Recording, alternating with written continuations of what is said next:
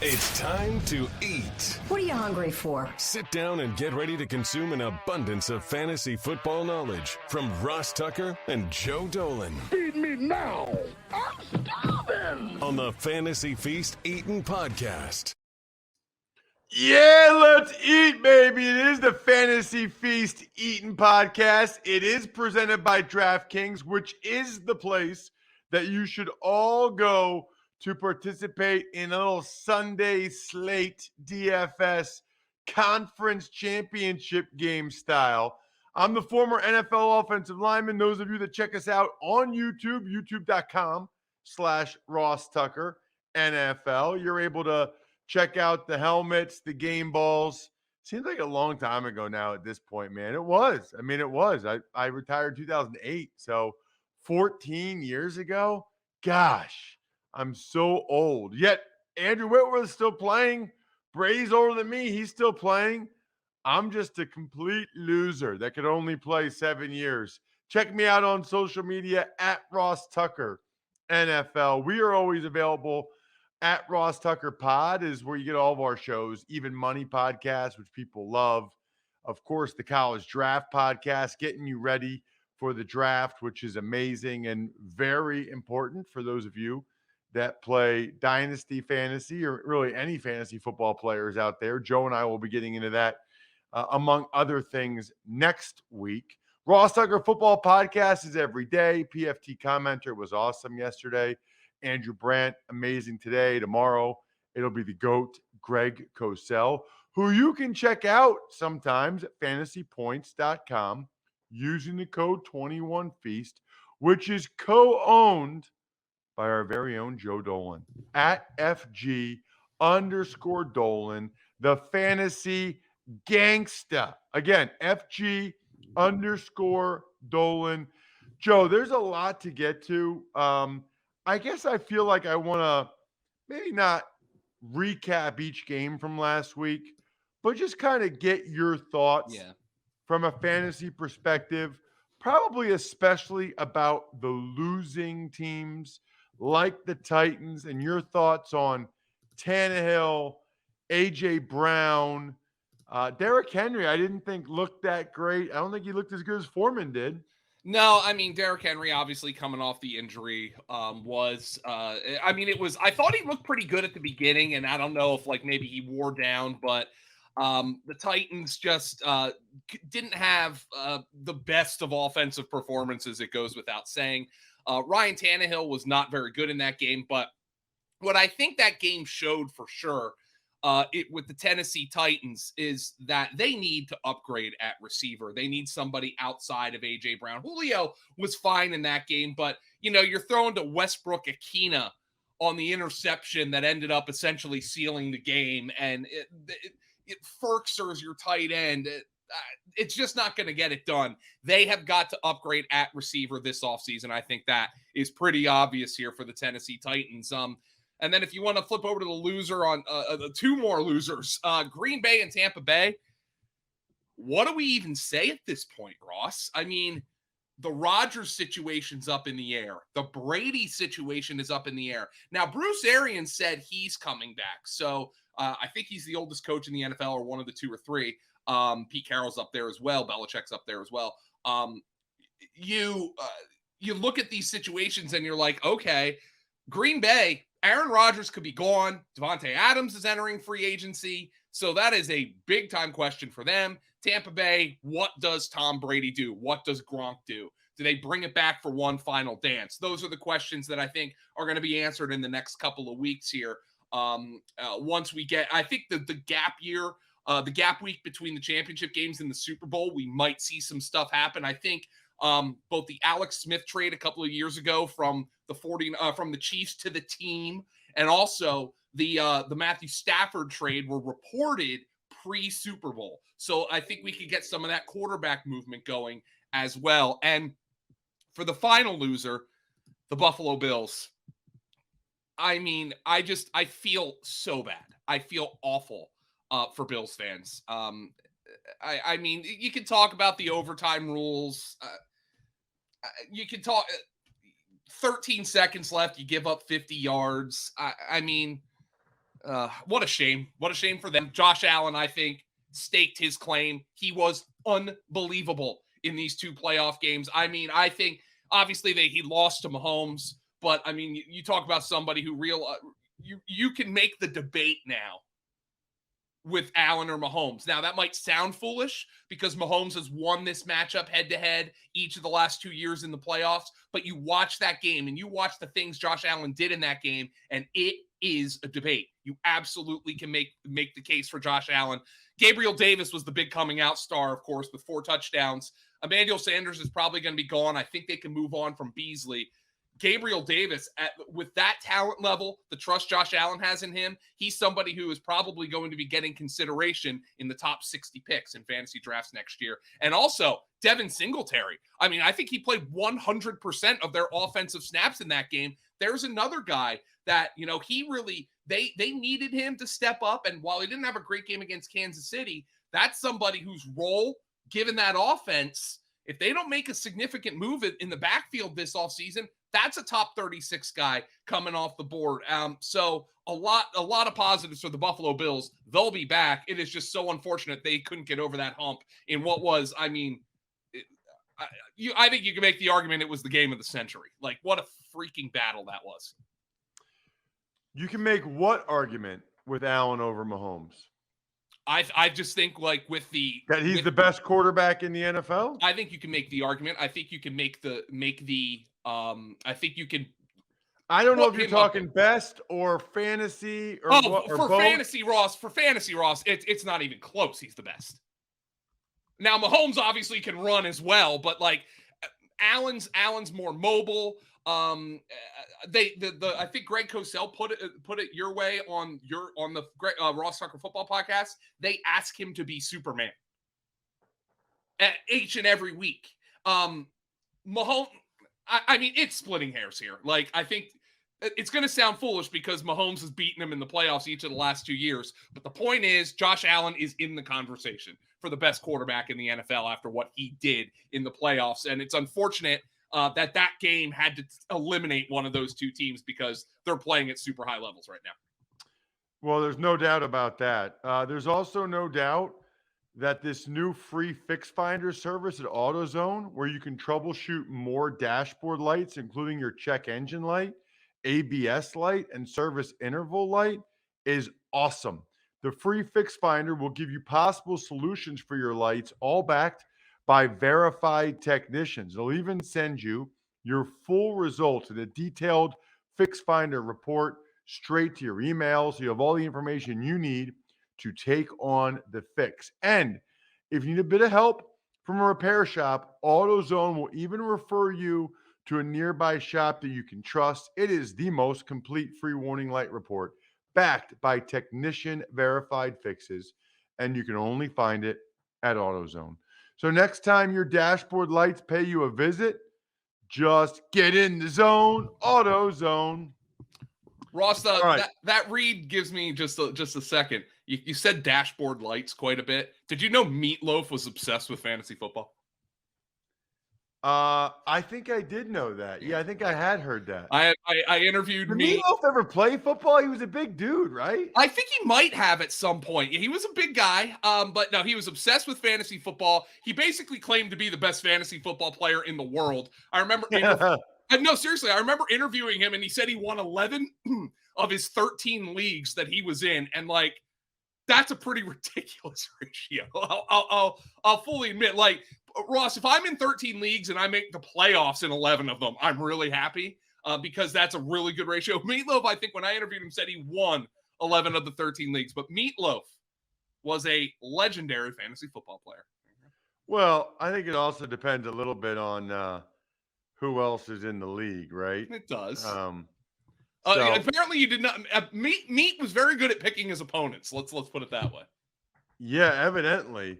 So what are we talking about now when we get to conference championship games, Joe? There's only 2 games. So for the people that did those playoff long leagues, those playoff only leagues, for people playing DFS, what do they need to know? So, I mean, obviously you're playing with extremely short slates. So let's start by talking about one and done leagues, which we discussed at the beginning of the playoffs, Ross. This is self-evident, but maybe somebody does need to hear this because you don't want to screw yourself. So I have 3 quarterbacks left in my one and done league. I have Stafford, Garoppolo, and Burrow. I used Mahomes last week. Which, by the way, I mean, I picked the Bills to win that game, but I used Mahomes last week and it certainly worked out. He put up massive numbers, but now I can't use Mahomes the rest of the way. I have to use Joe Burrow in my one and done league. Why?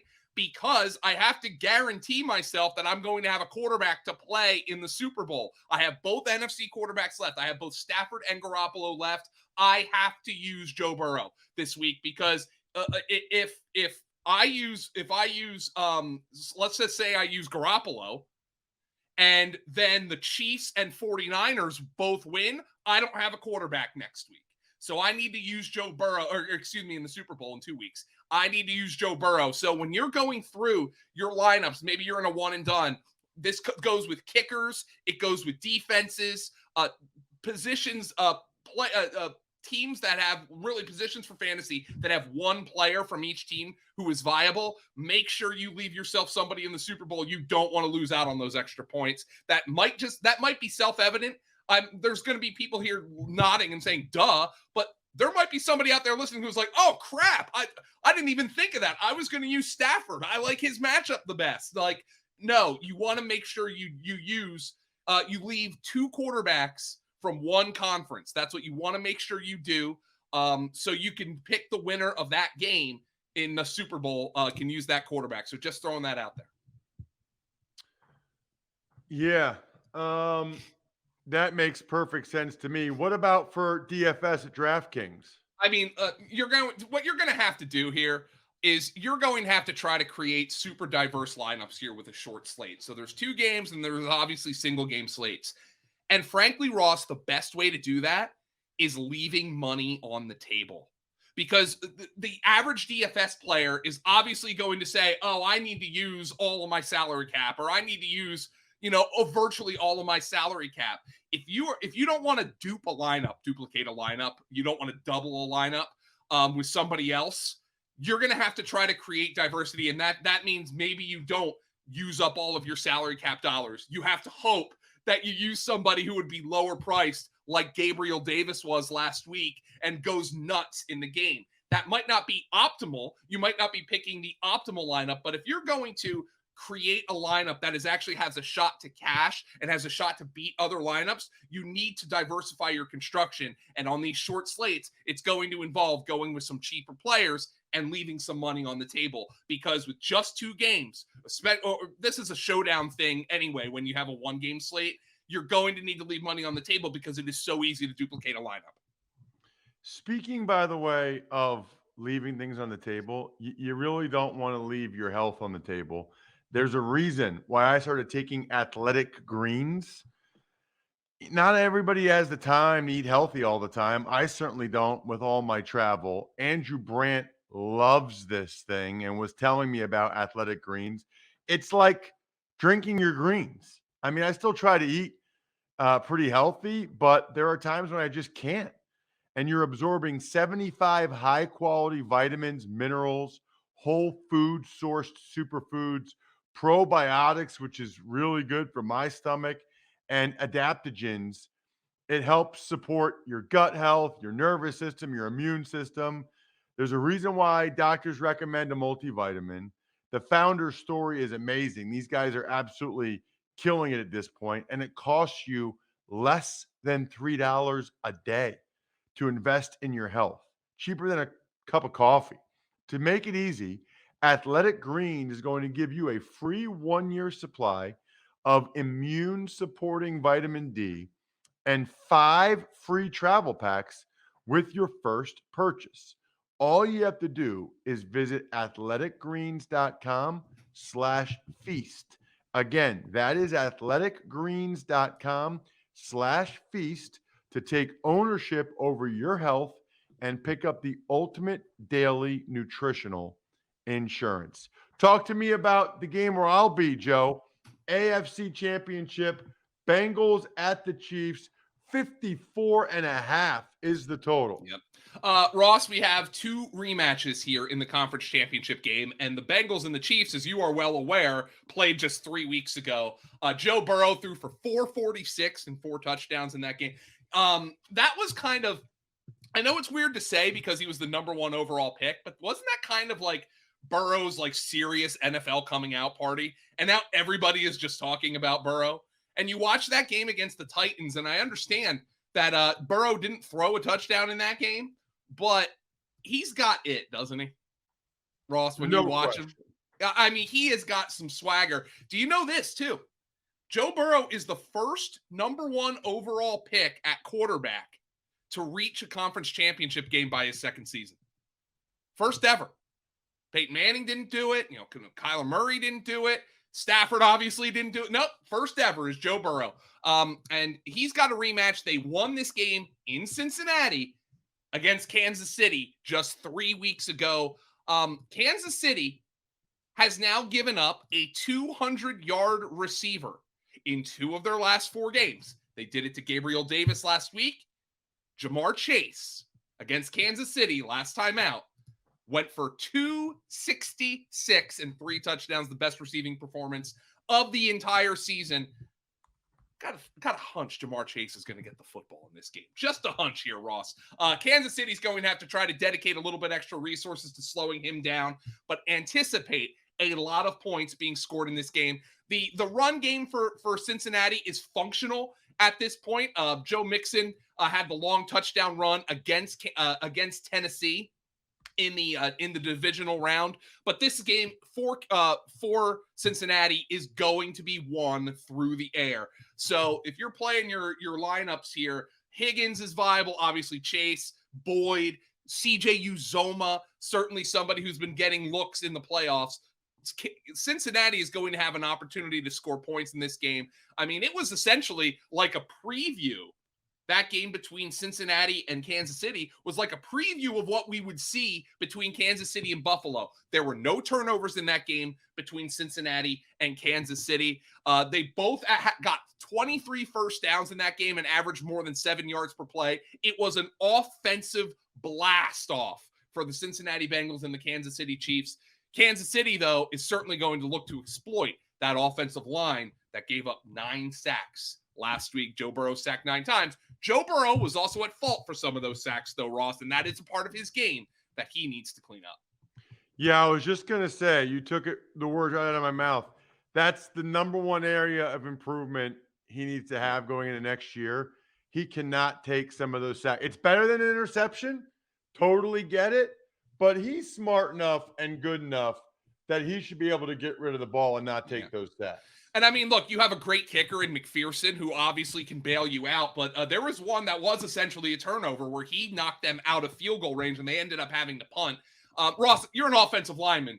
You certainly believe that sacks are a quarterback stat. So, no, I believe that the quarterback has a big impact on them for sure. Yeah, it's not all on them. No. But there's no question quarterback has a major impact on that. And I think you saw that with Joe Burrow. And I mean, like, you watch that game, certainly the Titans were in the backfield constantly, but certainly a good number of those sacks were on him. And if Kansas City's going to win this game, it's going to involve sacking Joe Burrow because like if you get Joe Burrow out of field goal range, McPherson can bomb it. He can hit from 60. But if you sack Joe Burrow out of field goal range, that is a way to essentially create turnovers here against Cincinnati, and you do not want to turn the ball over. You cannot go many possessions empty-handed against the Kansas City Chiefs, as the Buffalo Bills certainly learned last week, and as Cincinnati knows from their shootout 34-31 back in Week 17.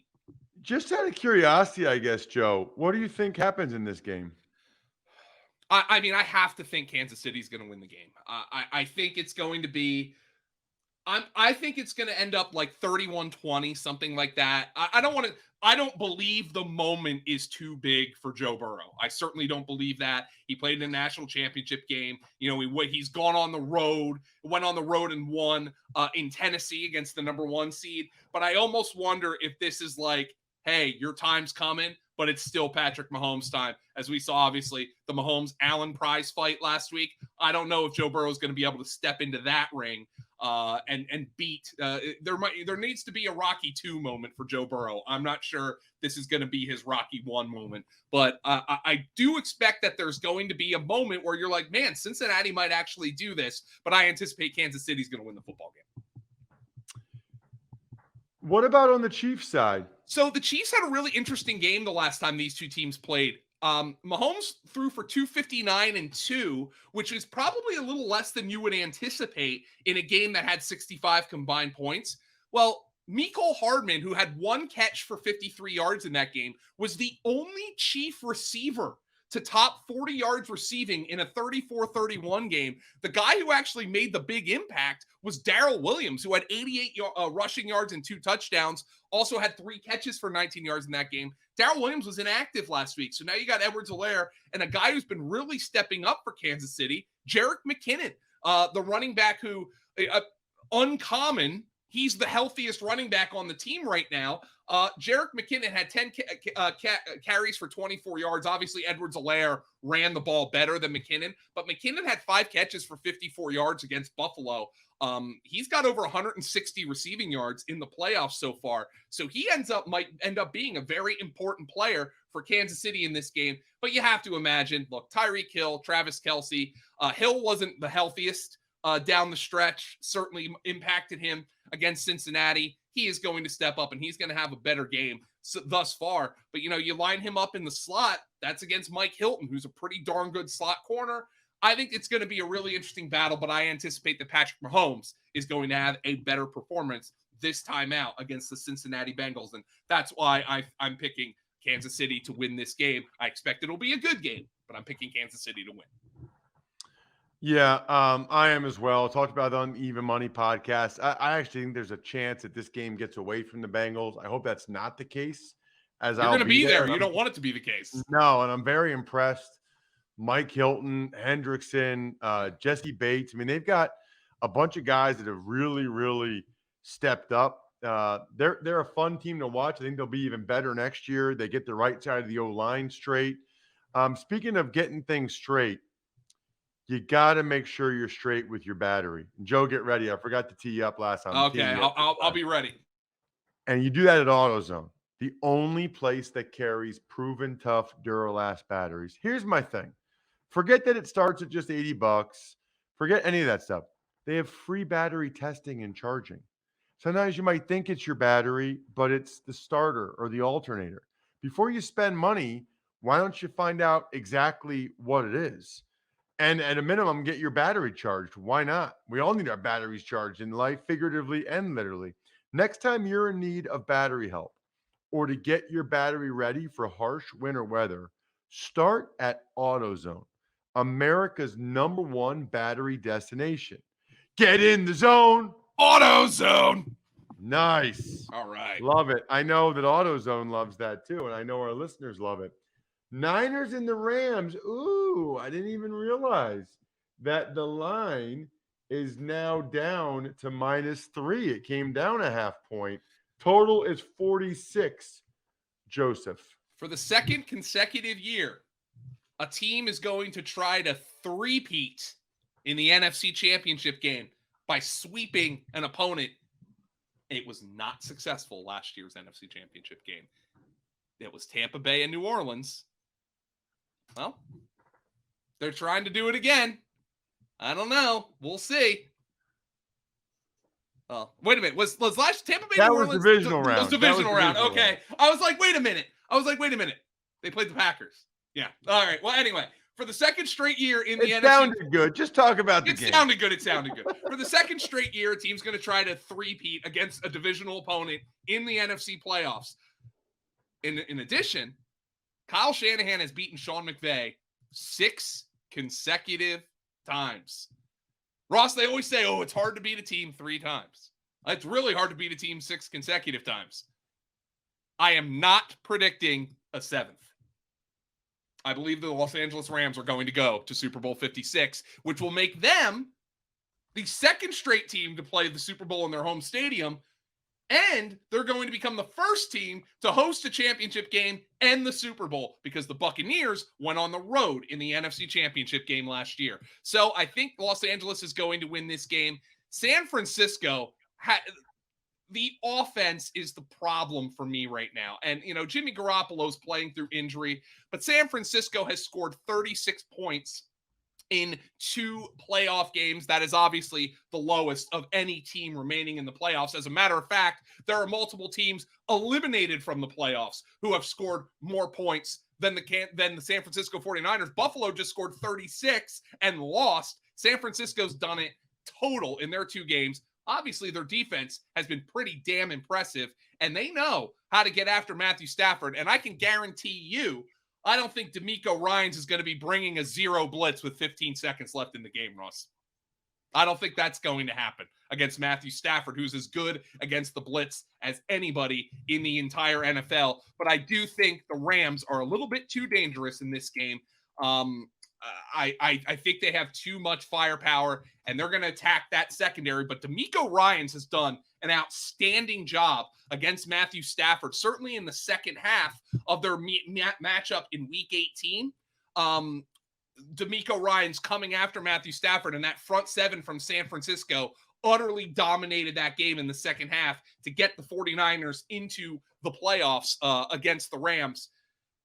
I'm going to take a wild guess to think that the Rams and Sean McVay are going to clean that up. So I think a big key, though, Andrew Whitworth. Is Andrew Whitworth going to be able to play in this game? I thought Note Boom did a pretty good job filling in for Whitworth, Ross, but I would take Whitworth over Note Boom if all things are equal. And I think Andrew Whitworth is going to be a pretty important part of what the Rams are going to try to do here in this game against the San Francisco 49ers. Keep this in mind. Cam Akers is a wonderful story. And I'm so happy that we're not talking about Cam Akers' 2 fumbles costing the Rams after the amazing comeback he's had. But against the 49ers in Week 18, Akers and Sony Michel combined for 46 rushing yards on 26 carries. If the Rams are going to win this game, it is going to be on the right arm, that Mannlicher Carcano attached to Matthew Stafford's body. What did you just call it? A Mannlicher Carcano? What like an is old that? rifle. It's an old rifle. Oh, okay. Yeah. So I think that's where they're going to win this game. It's going to be Cooper Kupp, Van Jefferson, Odell Beckham has been spectacular for the Rams during the playoffs. If the Rams win the game, it is going to be with those guys. Van Jefferson, Odell Beckham. You haven't used these guys in one and done DFS. Obviously, these are options for you. The thing about the Rams, though, is they don't really get guys who aren't fantasy relevant involved, with the exception of Blanton last week, who scored on the little play action at the goal line, the backup tight end. The Rams are a pretty narrow fantasy team. Matthew Stafford throws the ball to Kupp, he throws it to Jefferson, he throws it to Beckham, and he throws it to Higbee. That's pretty much where we're at here with the Los Angeles Rams. Yes, that's for sure. Niners? The Niners are going to play the way they play. They are going to run the ball with Elijah Mitchell. They're going to run the ball with Deebo Samuel. They're going to throw the ball to Deebo Samuel. They're going to throw the ball to Ayuk. Ayuk actually had 107 receiving yards against the Rams the last time out. Going to be very interesting to see what the Rams do with Jalen Ramsey in this game. With all their different packages that they use, George Kittle had just 5 catches for 10 yards the last time these 2 teams played. And Kittle obviously has been quiet at times in these playoffs.